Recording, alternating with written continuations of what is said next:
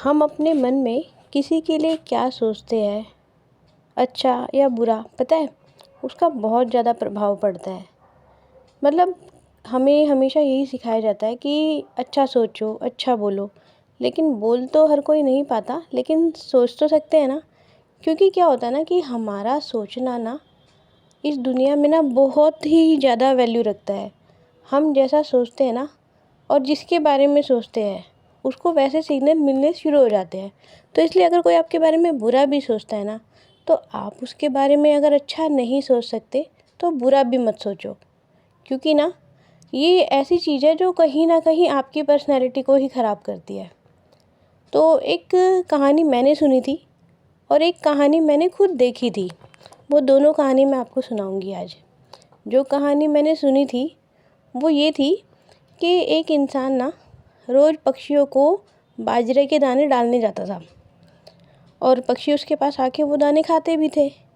एक दिन उस इंसान को ना उसका एक दोस्त कहता है कि मेरे को ना डॉक्टर ने बोला है कि मुझे ना किसी पक्षी का मांस खाना है, जिससे मेरी जो ये लेफ़्ट साइड की लेग है ना, इसका पेन ठीक हो जाएगा। तो आप जो बाजरा डालने जाते हो वहाँ से एक पक्षी लाके मुझे दे सकते हो।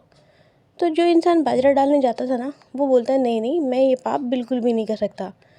तो जो उसका दोस्त था वो उसे बड़ा मनाता है। तो जो बाजरा डालने जाता था ना वो मान जाता है।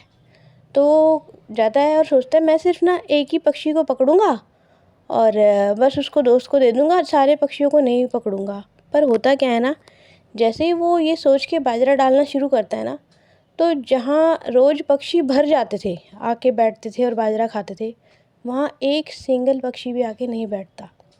क्योंकि कहीं ना कहीं हो सकता है उसकी सोच की जो वाइब्रेशन थी ना वो उन पक्षियों तक भी पहुँची हो। तो ये तो वो कहानी थी जो मैंने सुनी है। लेकिन इसी से जुड़ी ना, मतलब इससे क्या जुड़ी, इसी की तरह एक सच्ची कहानी जो मैंने खुद ने देखी है वो मैं आपको सुनाती हूँ। हमारे घर में क्या था कि हमारी बालकनी में ना रोज़ कबूतर आते थे और वहाँ पे ना मेरी मम्मी ने पानी पीने के लिए ना एक बर्तन रखा हुआ था मिट्टी का। तो कभी कभी ना मम्मी गुस्सा भी हो जाती थी, क्योंकि वो कबूतर आते तो थे लेकिन वो बालकनी में ना बहुत गंदगी फैला जाते थे।